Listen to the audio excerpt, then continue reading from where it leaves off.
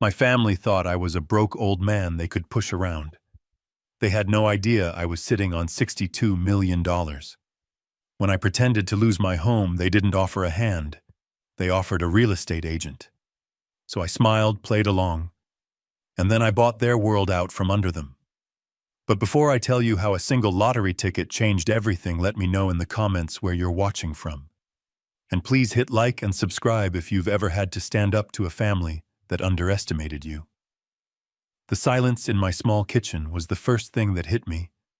It was a Tuesday night in October, the kind of evening in suburban Cleveland that smells like damp leaves and impending winter.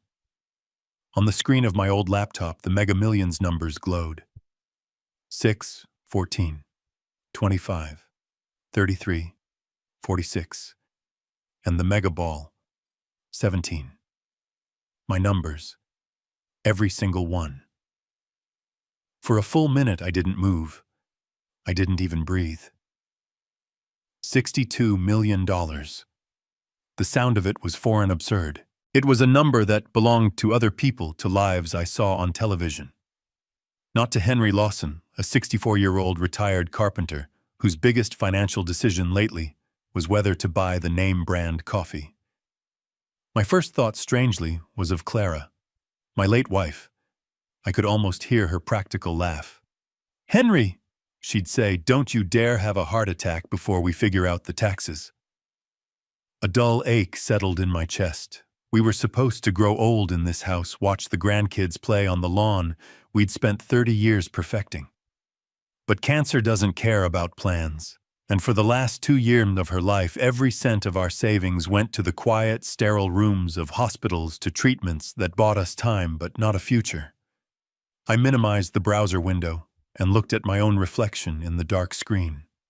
A tired man with lines around his eyes that weren't from laughter. The lottery win didn't feel like a victory. Not yet. It felt like a tool.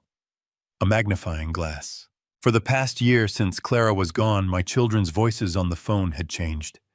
David, my son, always in a hurry, his calls sandwiched between business meetings, usually ending with a casual mention of a bill he was a little short on. My daughter Sarah, whose calls were a long, weary sigh about her own struggles, always implying that my quiet life was a luxury she couldn't afford. They saw me as a resource that was running dry. An old house to be inherited, a small pension to be divided. I stood up, walked to the counter, and picked up the lottery ticket. The flimsy paper felt heavier than a brick. I wasn't going to call them. Not tonight. Not tomorrow. An idea, cold and sharp, began to form in my mind. They saw me as a problem to be managed. A liability. Fine. I would give them a real problem. I would give them a test. And I had a feeling I already knew the results. The next morning, the air was crisp. I called my oldest friend Gus, a plumber who'd retired the same year I did. "Gus," I said, "I need a favor. The kind that requires a wrench and a bit of theater." An hour later, his beat-up Ford van was parked in my driveway. Gus, with his cheerful grin and hands that could diagnose an engine by sound alone, understood immediately. We went down to the basement. With a few strategic turns of a wrench on an old joint and a bucket of muddy water poured carefully around the main drain, we created a masterpiece of domestic disaster. It looked, smelled, and felt like a crisis. "This is your Mona Lisa, Gus," I said, looking at the convincing scene of soggy boxes and damp concrete. He just laughed. "Wait till you see the bill." He sat at my kitchen table and on his old company letterhead typed up an estimate that would make a banker sweat. "Mainline collapse," it read. "Immediate excavation and replacement required to prevent foundation damage." At the bottom in bold was the total $18,500. Due in 1 week to schedule the crew. It was perfect, believable, urgent. I took a picture of the estimate, then the damage. Now all I had to do was make the calls. My hands were surprisingly steady. I practiced my voice, first adding a little tremble, a touch of weary panic. Then I dialed David. "Dad." "What's wrong?" He answered, his voice already impatient. I explained the situation, the burst pipe, the flood, the staggering estimate. I sent him the pictures. The silence on his end was long and calculating. Wow, Dad, he finally said, the sympathy in his voice as thin as cheap paint. That's really tough. I wish I could help, but all our cash is tied up right now. You know, with the market. I heard a whisper in the background, Jessica, my daughter-in-law. Her voice was a sharp little knife. Tell him to call the insurance, she said, just loud enough for me to hear. They won't cover it. It's wear and tear, I said, my voice cracking on cue. Another pause. Listen, Dad, David said, his tone shifting to something more practical, more predatory. Maybe this is a sign. That house is too much for you anyway. Jessica and I were just talking. Maybe it's time to sell. You could cash out, move into a nice apartment, have some money to fall back on. I could hear the gleam of opportunity in his voice. It wasn't about my crisis. It was about his inheritance. I'll have to think about it, I stammered and hung up. I gave it an hour before I called Sarah. Her reaction was a different kind of awful. There was no fake sympathy, just a tidal wave of her own problems. Oh, Dad, that's terrible. She sighed, but there was no empathy in it.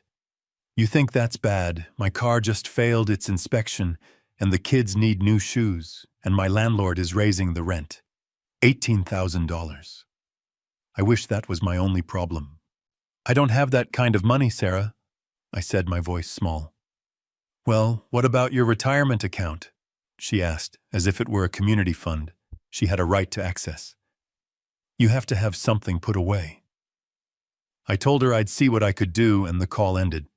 I sat at my kitchen table, the silence now filled with the echoes of their excuses. The test was over. The results were in.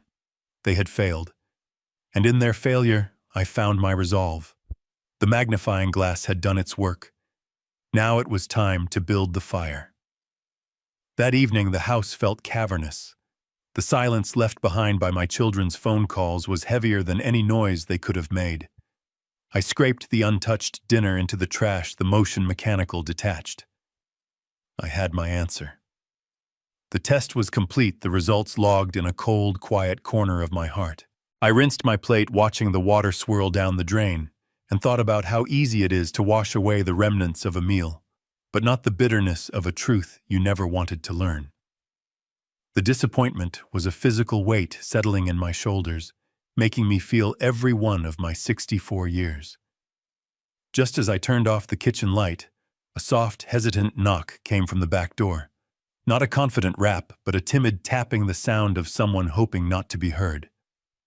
My first thought was that David had come back, perhaps with Jessica, to stage a second attempt at convincing me to sell. I braced myself, my hand resting on the back of a chair, and walked to the door. But it wasn't David. Standing in the soft glow of the porch light was my grandson, Leo. At 17, he was caught in that awkward space between boy and man, all sharp angles and uncertain posture. He wasn't looking at me.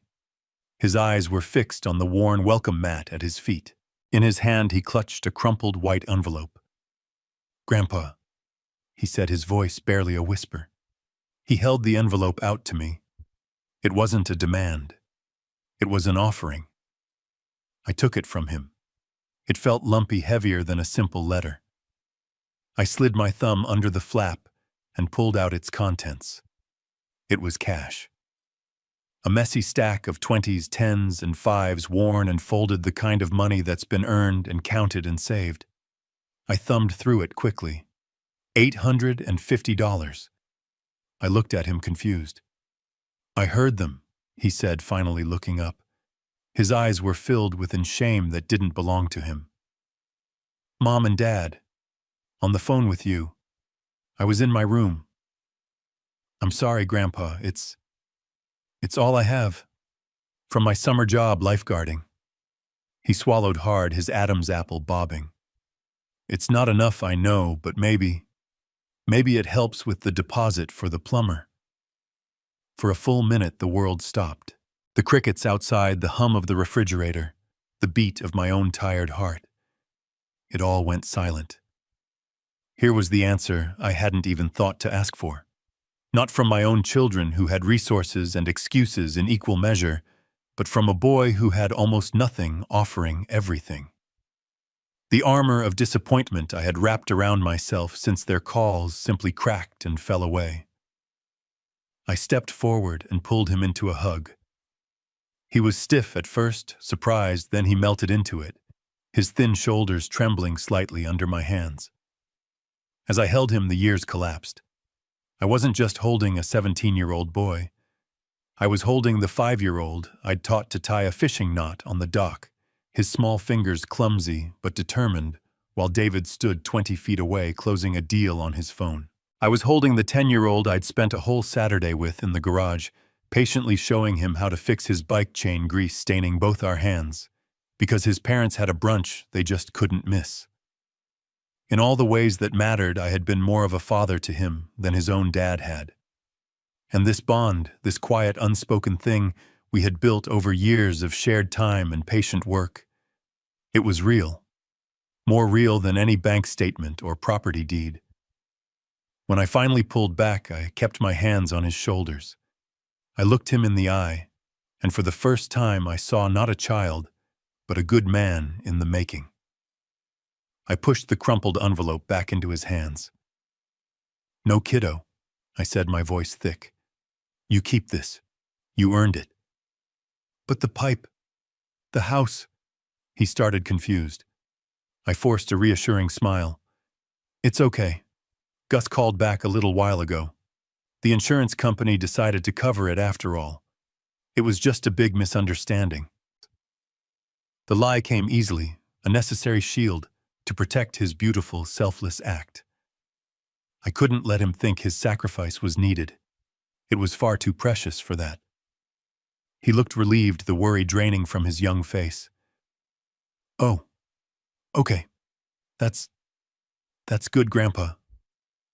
He stood there for a moment longer, then gave me another quick, awkward hug and disappeared back into the night. I watched him go, the screen door clicking softly shut behind him. I stood in the quiet kitchen, my hand resting on the doorframe where his shoulder had been. The test was over, but the results had changed everything. This was no longer about proving a point to my children.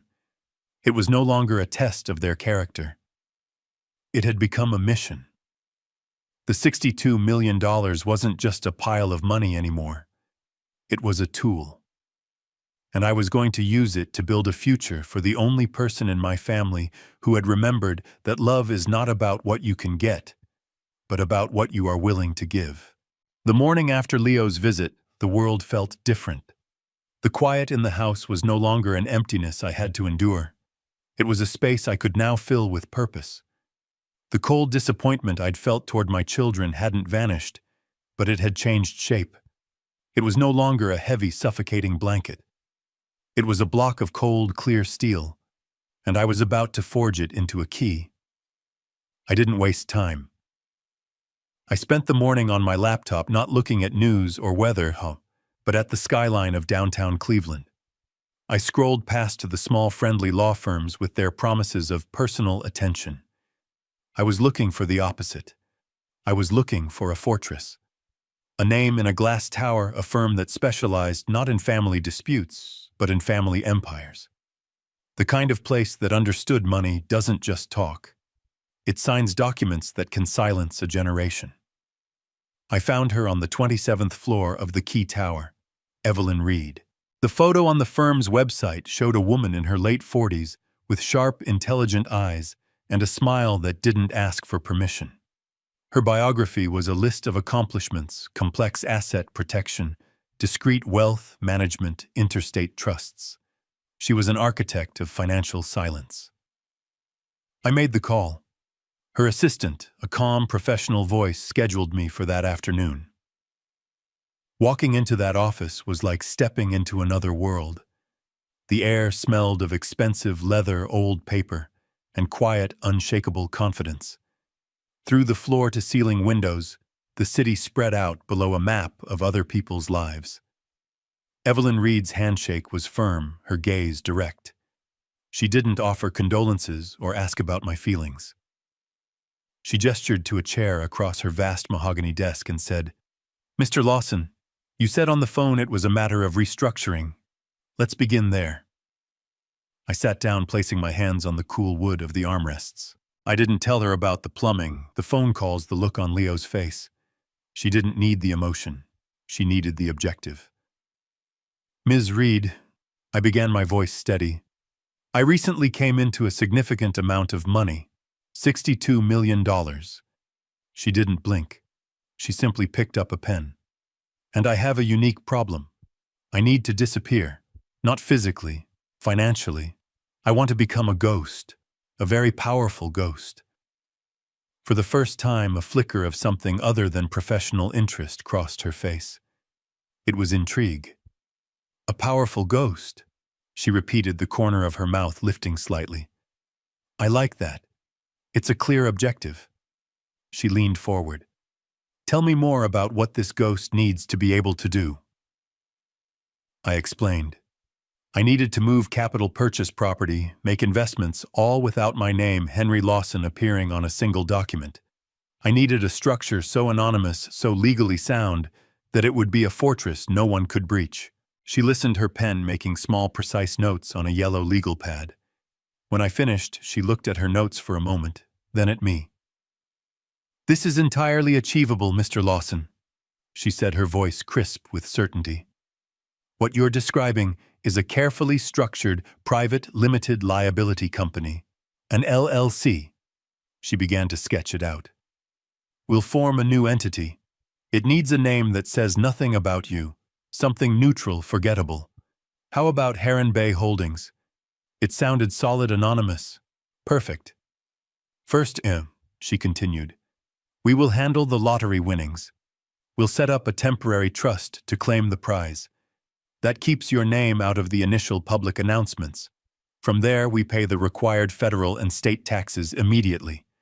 The net amount, your $62 million minus the government's share, will be the seed capital." She drew a box on her pad and labeled it "Net Proceeds." "Once the funds are cleared," she went on, drawing an arrow to a new box, "we transfer them into a business account under the name Heron Bay Holdings.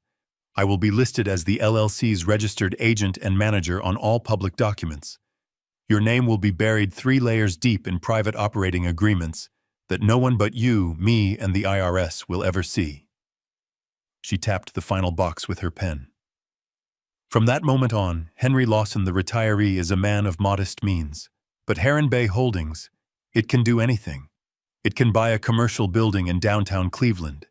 It can become the primary investor in a promising new company. It can set up educational trusts. It can do all of this, and the only name anyone will ever see is mine, acting on behalf of a client who values his privacy." I sat there listening to her lay out the architecture of my new life. It was clean. It was brilliant. It was cold-blooded. It was exactly what I needed. "All future transactions," I confirmed. "Anything I want to do." "Anything," she affirmed. "You will give me instructions. I will execute them through the LLC. The paper trail will begin and end with Heron Bay Holdings. As far as the world is concerned, Henry Lawson is just a quiet man living on his pension." A quiet man. The irony was thick enough to taste. For the first time since checking those winning numbers, a genuine smile touched my lips. "Ms. Reed," I said, "you are exactly the architect I was looking for." She picked up her phone. "Good. Let's get to work. My assistant will start the incorporation paperwork immediately. We have a ghost to build." I walked out of that skyscraper and back into the October air. The city didn't look the same. The glass towers weren't just buildings anymore. They were possibilities. My family thought I was a relic, a problem to be managed until I was gone. They had no idea. The quiet, broke old man they knew was already beginning to fade. In his place, a ghost was learning how to move through walls. And I knew exactly which walls I was going to walk through first.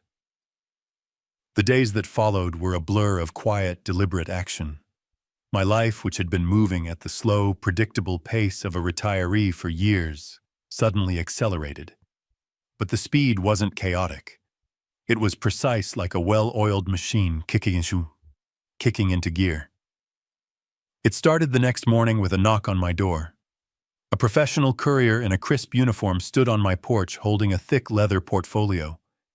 He didn't seem to notice that the porch paint was peeling or that the welcome mat was faded. He just asked, "Mr. Lawson," and handed me the documents Evelyn Reed had prepared overnight. I spread them out on my simple oak kitchen table, the same table where Clara and I had paid bills and planned vacations. The paper was thick, expensive, filled with legal language that felt like a foreign country, but at the bottom of each page was a simple, familiar line waiting for my name. I sat there for an hour, a pen in my hand, and signed. I signed my name to create a trust. I signed to authorize the Lottery Commission to speak with my lawyer. I signed to give Evelyn power of attorney over the temporary account. For years, my signature had been a request for a loan, for a mortgage, for an extension on a bill. For the first time, my signature felt like a command. The phone calls with Evelyn became a daily ritual. Her voice was always calm, a steady anchor in the swirling chaos of numbers and regulations. "Henry, the commission has verified the ticket," she'd say. "The wire transfer to the temporary trust has been initiated." I'd sit there in my worn armchair listening to these monumental statements, while outside my window a squirrel argued with a blue jay over a fallen acorn. The contrast was dizzying.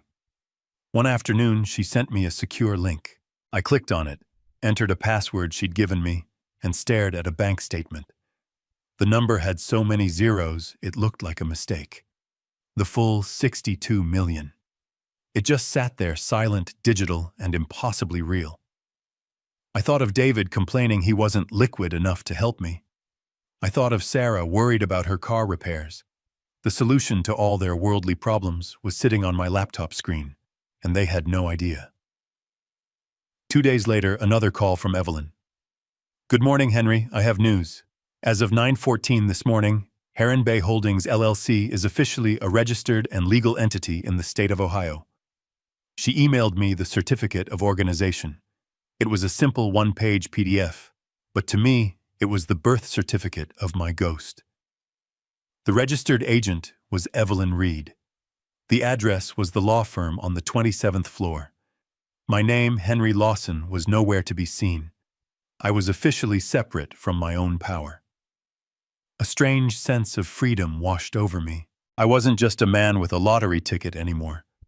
I was an invisible force. The final piece of the initial setup happened on a Friday afternoon. Evelyn called one last time that week. "The final wire is complete," she said, her voice carrying a note of quiet satisfaction. "The net proceeds after taxes have been transferred from the trust to the Heron Bay Holdings business account. The ghost is funded, Henry." I closed my eyes. I pictured my children going about their day, David in a sales meeting, Sarah picking up her kids from school.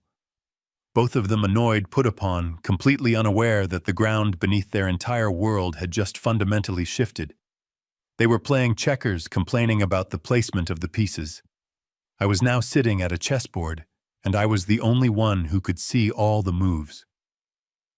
"The machine is built," Evelyn's voice cut through my thoughts. "Now, Henry, what's its first job?" My first job for the ghost was simple. I wanted to know everything about my children's lives. Not the curated version they presented at family gatherings, but the real one, the one written in spreadsheets and public records. I called Evelyn. "Start with my son David," I said. "His company, Innovate Futures. I want to see the architecture of the business he's so proud of." Evelyn was efficient. The next afternoon, a password-protected file appeared in my inbox. It wasn't a long report. It didn't need to be. Innovate Futures, LLC. 3 employees, including David. Their main product was a piece of software that was still 6 months from a beta launch. They had a high burn rate, modest revenue from some consulting side gigs, and they were leasing a small office suite on the fourth floor of the old Chandler building downtown. And then at the bottom of the page was the detail that made my breath catch. Evelyn had highlighted it in yellow. The Chandler building was quietly listed for sale 3 weeks ago by its current owners. I looked at that line for a long time. David was so focused on the view from his office window, so sure he was climbing toward the sky, that he hadn't even noticed the ground was for sale beneath his feet. I picked up the phone. "Evelyn," I said, my voice calm. "Buy the building." There was a pause, not of surprise, but of confirmation. "The whole building, Henry." "The whole building," I said. "Through Heron Bay Holdings. Make a full cash offer, 20% over asking. I don't want a negotiation. I want a quick, clean closing." "Consider it done," she replied. "In 10 business days, you'll be your son's landlord." I hung up and felt a grim satisfaction settle over me. It wasn't about the power. It was about the irony. My next target was Jessica. Her lifestyle brand, I told Evelyn. The curated home. I want to know who she sees as her competition. The next report was even faster. Jessica's online business was small, more of a hobby funded by David's income. Her main local rival, however, was a small but brilliant interior design studio called Hearth and Hue. It was run by a talented young woman who had won local awards but was struggling to expand. She'd been searching for an angel investor for 6 months. I knew immediately what to do. "Evelyn," I said on our next call, "I want you to become her angel. Give Hearth and Hue everything they need.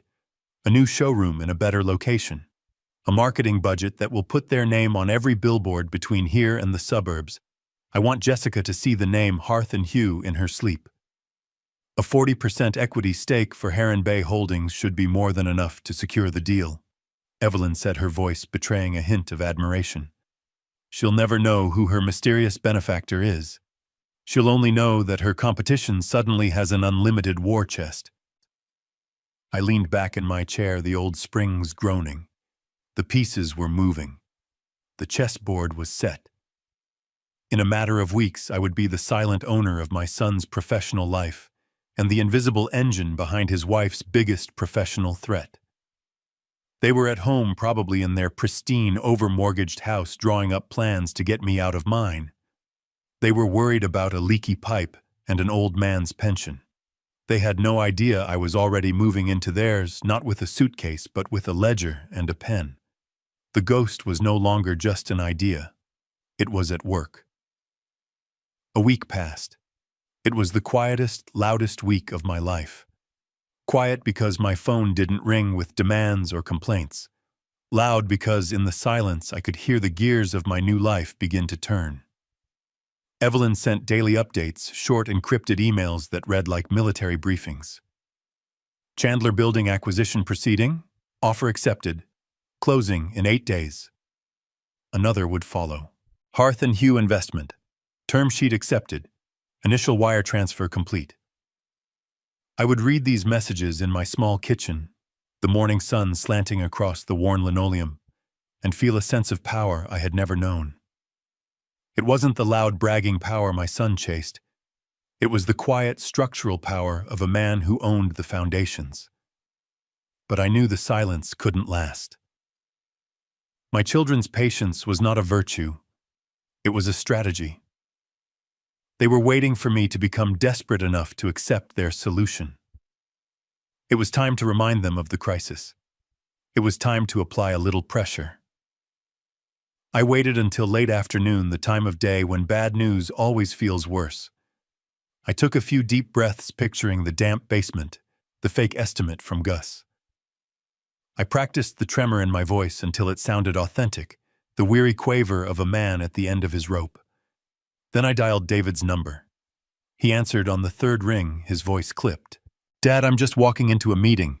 Is it important?" "It's the house, David," I said, letting my voice crack just enough. Gus was just here. It's worse than we thought."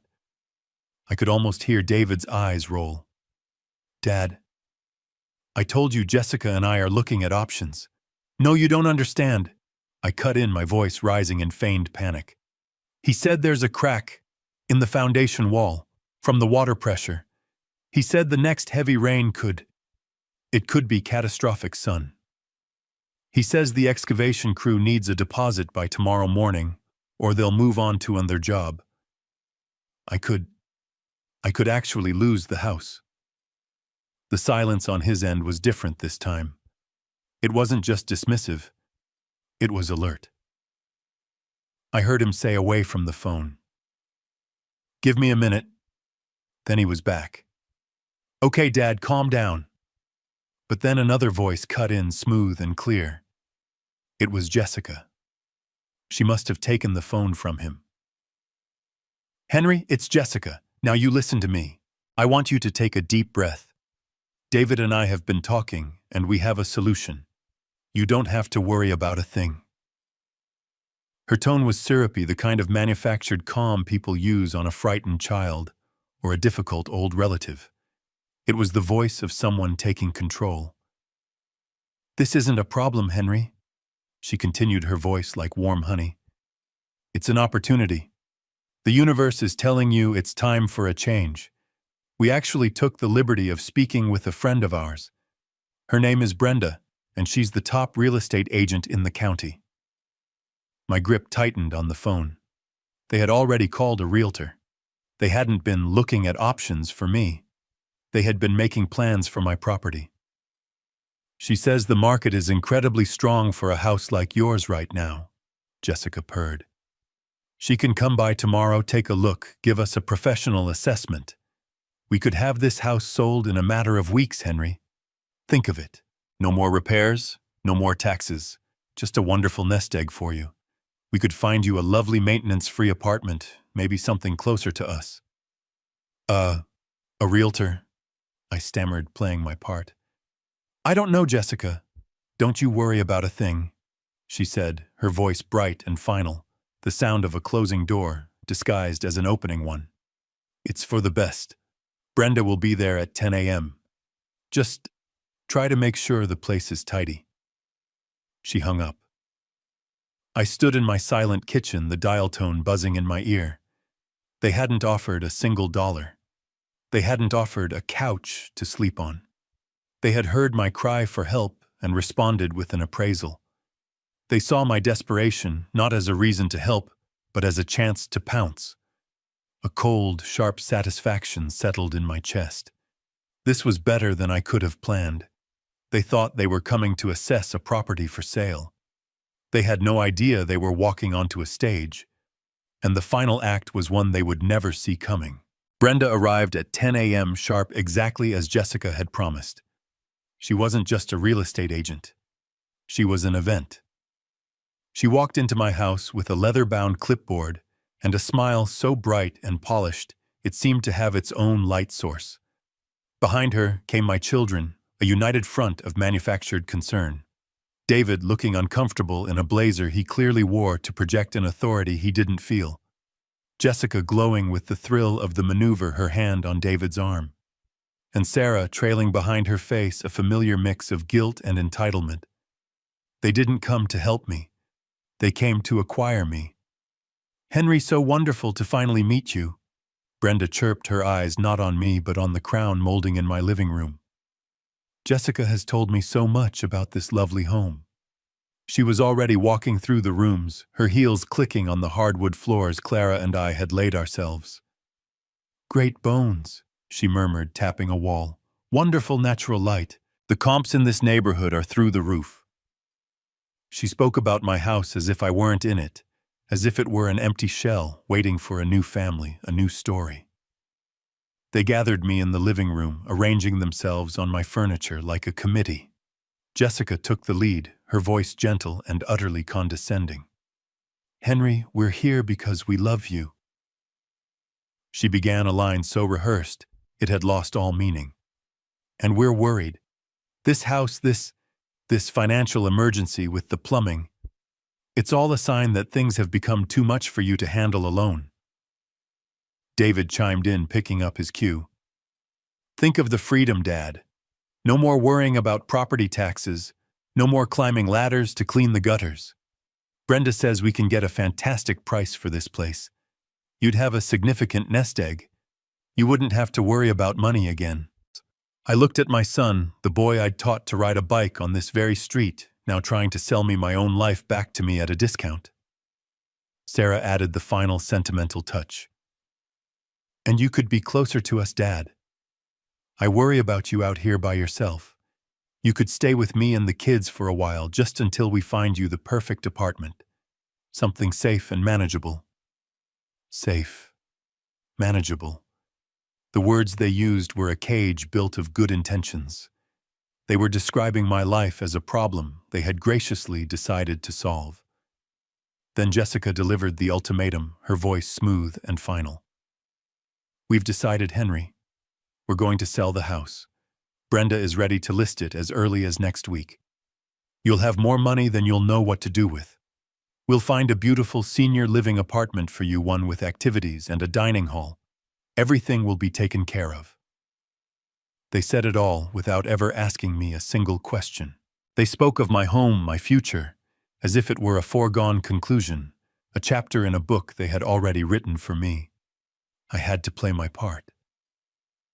I let my shoulders slump. I ran a hand over my face, letting the tremor I felt inside show in my fingers. I looked from David's anxious face to Jessica's triumphant smile to Sarah's conflicted gaze. I let the silence stretch, filling it with the performance of a defeated old man. I built this house, I said, my voice barely a whisper. Your mother and I. Every nail, every board.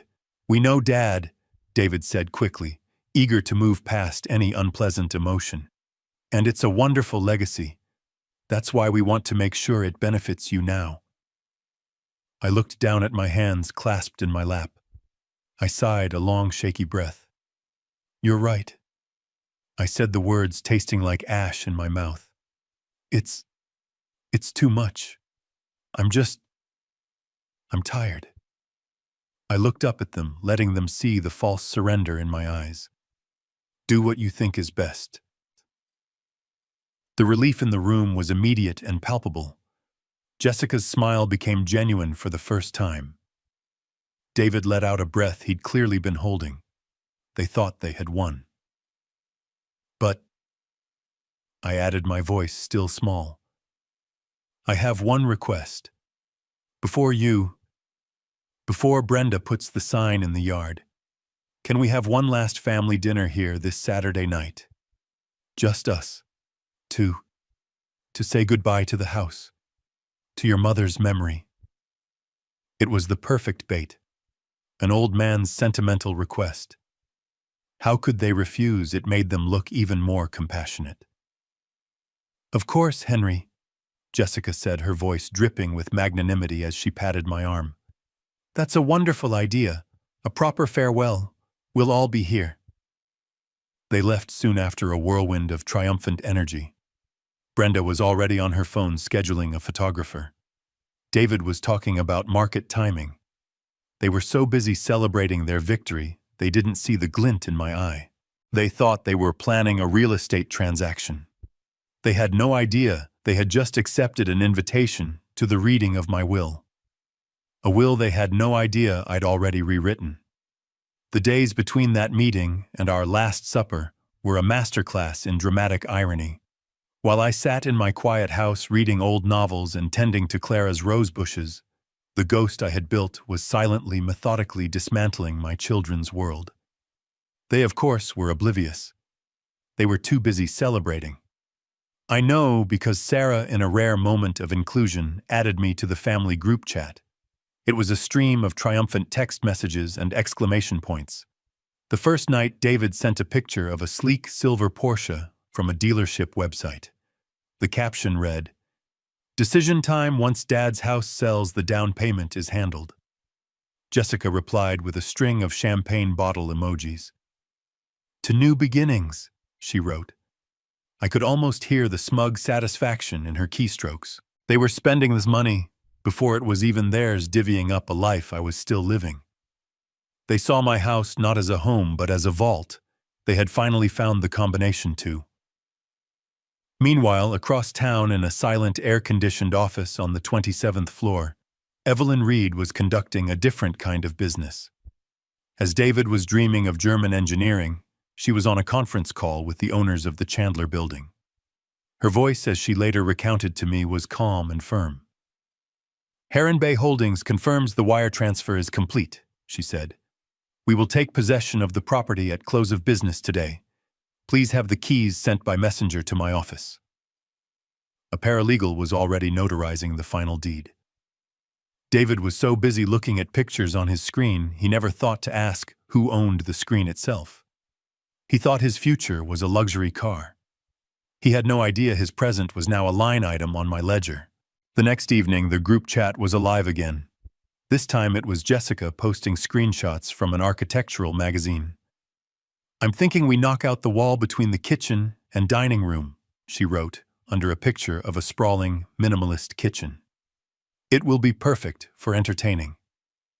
David replied, "Whatever you want, honey. It's your canvas." My home. My kitchen where Clara had taught our children to bake cookies. Her canvas. They raised a virtual toast to their own practicality, to their brilliant solution for the problem of their aging father. At that exact moment, Evelyn was sitting across from a different woman. A young, talented, and hopelessly underfunded designer named Amelia Vance. Amelia was the owner of Hearth and Hugh, Jessica's biggest, and until now most containable rival. Evelyn slid a signed contract across a polished table. "Heron Bay Holdings is pleased to be your new partner, Ms. Vance," Evelyn said. "The first tranche of funding should be in your account within the hour. I believe your marketing team has a new campaign ready to launch." Amelia stared at the contract, her eyes wide with disbelief. This changes everything," she stammered. "We can finally compete." Jessica thought she was curating a home, but the real curation was happening in that quiet office. A new competitor funded by a ghost was about to redecorate the entire market. She was so busy planning her victory party, she never heard the sound of her own glass house starting to crack. The pieces were all in place. David would soon receive a notice from his new invisible landlord. Jessica would soon see billboards for Hearth and Hugh rising over the city, like a declaration of war she didn't know had been declared. They thought they were in control. They thought they were the architects of my future. But they were just characters in a play, and the author was a quiet old man they had long ago decided wasn't worth reading. I let them have their victory for 2 full days. I didn't call. I didn't text. I let them live inside the story they had written for themselves, a story where they were the savvy, compassionate saviors, and I was the grateful, forgetful old man. I imagined them telling their friends their voices, a mix of feigned modesty and genuine pride. "We finally had to step in," Jessica would say. "He just couldn't manage." On Friday afternoon, I knew it was time. The final pieces of the ghost's work were in place. Evelyn had confirmed it in a one-line email: "Foundations are set." Now all I had to do was send the invitations to the demolition. I picked up the phone, took a slow breath, and summoned the voice of the man they expected me to be: weary, a little confused, and grateful. I called David's number first. Jessica answered, her voice bright and efficient, the sound of someone who had already won. "Henry, I was just thinking about you. We're so excited for tomorrow night." "Yes, dear," I said, my voice thin. "That's why I'm calling, just to confirm. We're still on for the goodbye dinner." "Of course we are," she chirped. "It's going to be a wonderful evening, a real celebration of a new chapter for you. David is picking up a special bottle of champagne." A celebration. I had to stop myself from smiling. She had no idea how right she was. That's very thoughtful," I said. Just the family right. Just us," she confirmed. "A proper farewell. We'll be there at 7. David got on the line, then his voice booming with the false confidence of a man who thinks he's pulled off something clever. "Hey, Dad. You holding up okay? Don't you worry about a thing. We've got this all under control. Brenda says the photographer is coming on Monday. We're going to make that house look like a palace. A palace for someone else to live in. That's good, son, I said. That's good. Next, I called Sarah. Her tone was different, not triumphant, but impatient, the sound of someone waiting for a check to clear. Dad, yes, tomorrow I'll be there, she said, a little distracted. I heard the kids in the background. Have you had a chance to talk to Brenda about the numbers? Not yet, Sarah, I said, letting a sigh carry through the phone. I'm sure David and Jessica will handle that. Right, she said, the disappointment evident. Well, I'll see you tomorrow. I hung up the phone and stood in the absolute stillness of my kitchen. The trap was set. They were all coming, their hearts full of greed and their minds full of plans. They saw a frail old man, a house ripe for the picking, and a future funded by my past. They were so busy looking at the prize they never thought to look at the man holding it. They thought they were coming to say goodbye to a house. They thought they were attending a funeral for my independence, a final sentimental dinner before I was neatly filed away. But the invitations had already been sent for a different kind of event entirely. Not a farewell, but a reckoning. And I was about to serve the main course. I walked to the pantry and pulled out Clara's old recipe box. I was going to make her famous pot roast. It seemed fitting. A meal built on slow cooking patience and a heat that transforms everything it touches. The house smelled like a memory. Clara's pot roast, slow-cooked for hours, filled the rooms with the scent of thyme, rosemary, and 30 years of shared Sundays. I had set the table with the good china, the one with the thin gold rim we only used for Christmas and anniversaries. Each plate, each polished fork, was a small, deliberate act of stagecraft. They were coming for a funeral, a farewell to my life in this house. I was determined to give them a performance they would never forget. They arrived at 7 sharp, a wave of triumphant energy. David clapped me on the shoulder, a gesture that felt less like affection and more like ownership. Smells incredible, Dad. A real send-off. Jessica swept in, placing a ridiculously expensive bottle of champagne on the counter. I thought we should celebrate properly, she said, her smile bright and hard. To new beginnings. Sarah followed, already looking around the spare room with a critical eye. I'll need to clear out my old craft supplies to make room for your things, Dad. She sighed as if my existence were a profound inconvenience. And then there was Leo. He walked in last, his shoulders hunched, his eyes fixed on the floor. He looked trapped, a prisoner at his own family's victory party. When he finally glanced at me, his face was a portrait of misery and apology. I gave him the smallest, almost imperceptible nod. It's okay. Just watch. We sat down to eat. The conversation led by Jessica was a masterclass in condescension disguised as care. Brenda is so excited about this listing, Henry, she said, cutting into her roast. She says a house with this much character on this much land, it's going to fly off the market. We're already looking at some wonderful senior apartments for you. One of them has a putting green and a fantastic activities calendar. You won't even have time to be lonely. David nodded eagerly. It's the smart move, Dad. Financially, it just makes sense. You'll be secure. No more worrying about a thing. He said it with the earnestness of a man who had successfully convinced himself that his own greed was a form of generosity. Sarah, of course, was already spending her share of the proceeds. Once everything is settled, she mused, I can finally get a reliable car, and maybe take the kids to Disney. They deserve a real vacation. And she looked at me as she said it, as if expecting me to be pleased that my displacement would fund her happiness.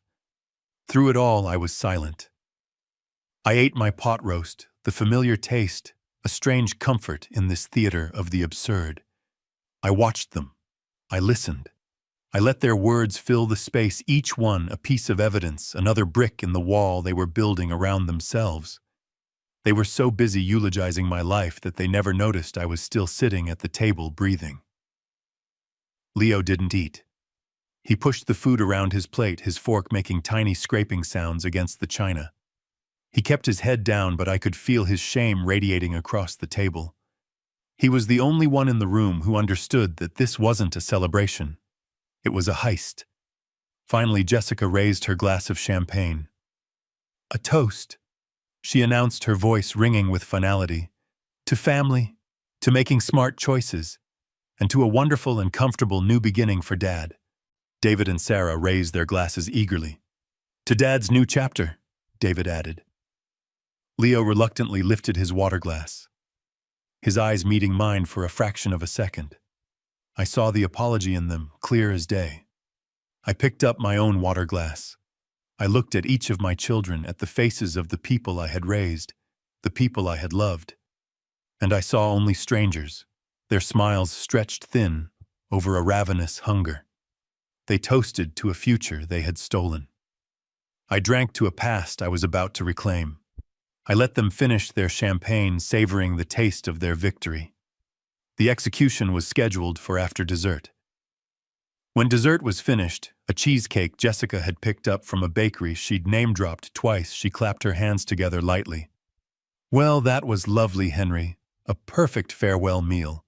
Now shall we get the listing agreement signed? Brenda is waiting for our call."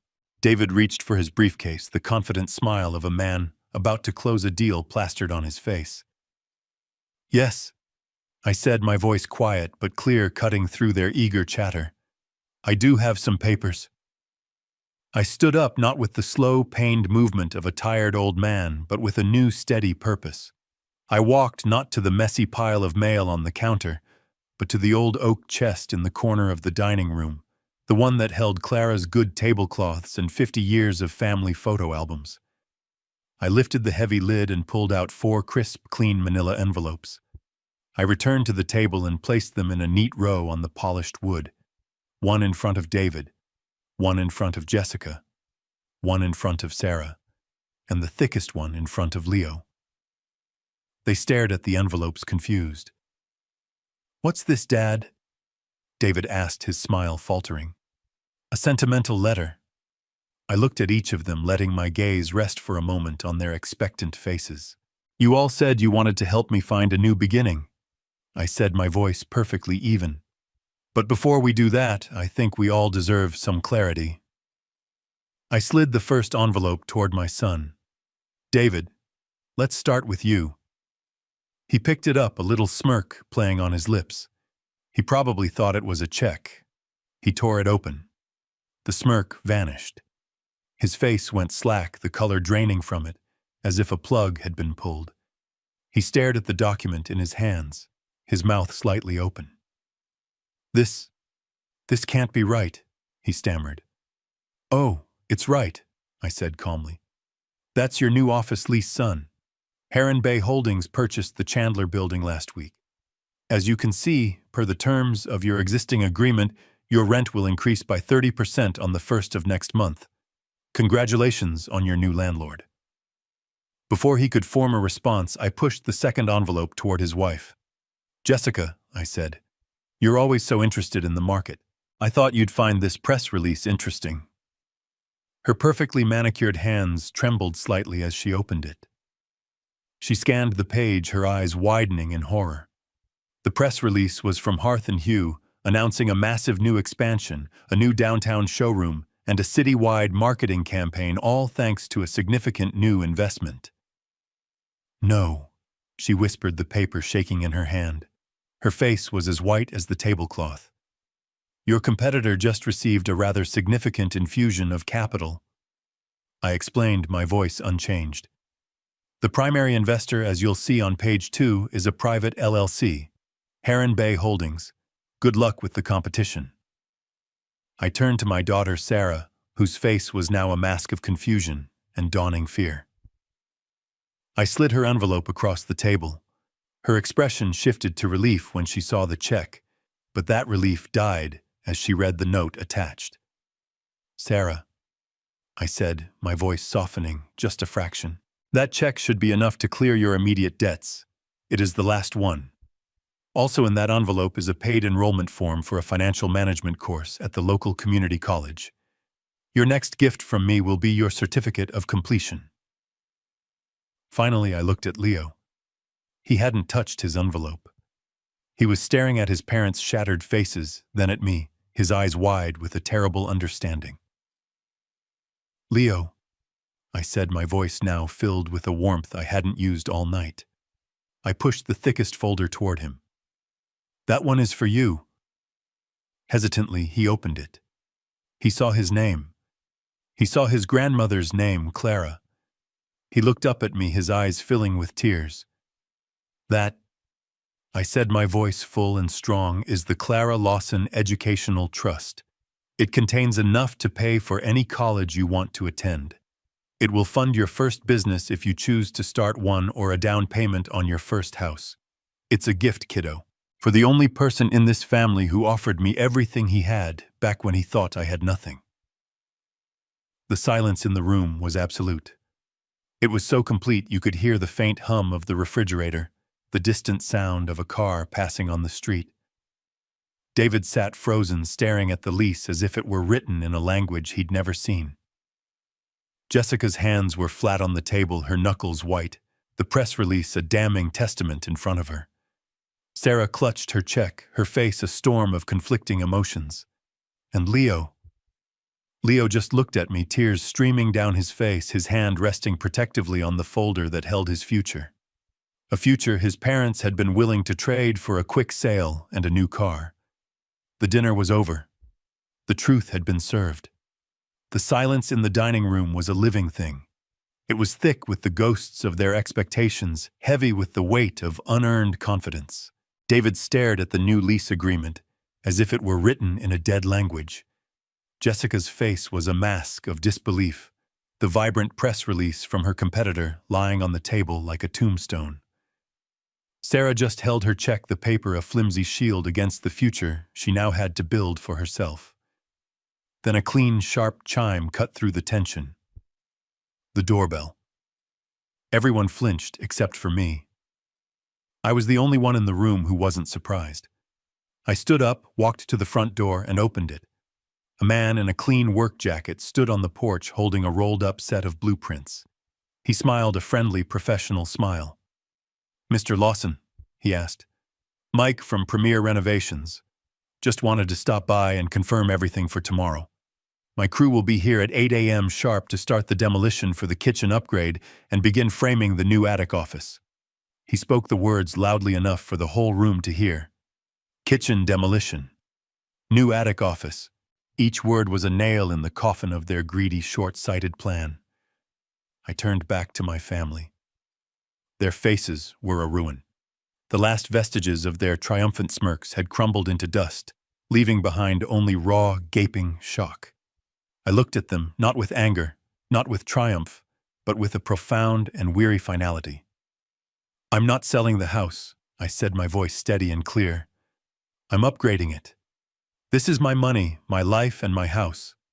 I gestured calmly toward the front door, the one they had walked through hours ago, believing they were conquerors.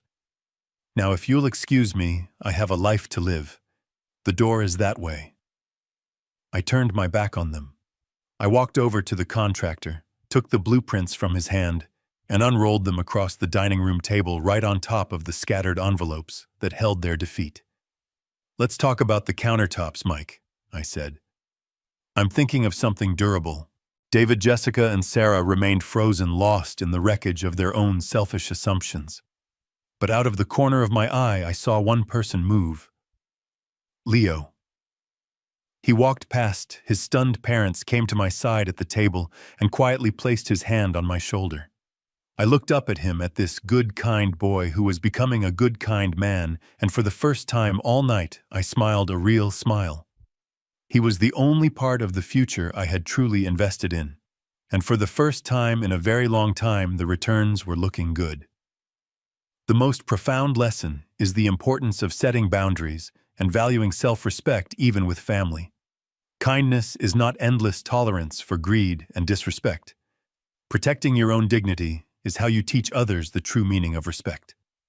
To listen to more stories about reclaiming justice and dignity, please subscribe to our channel.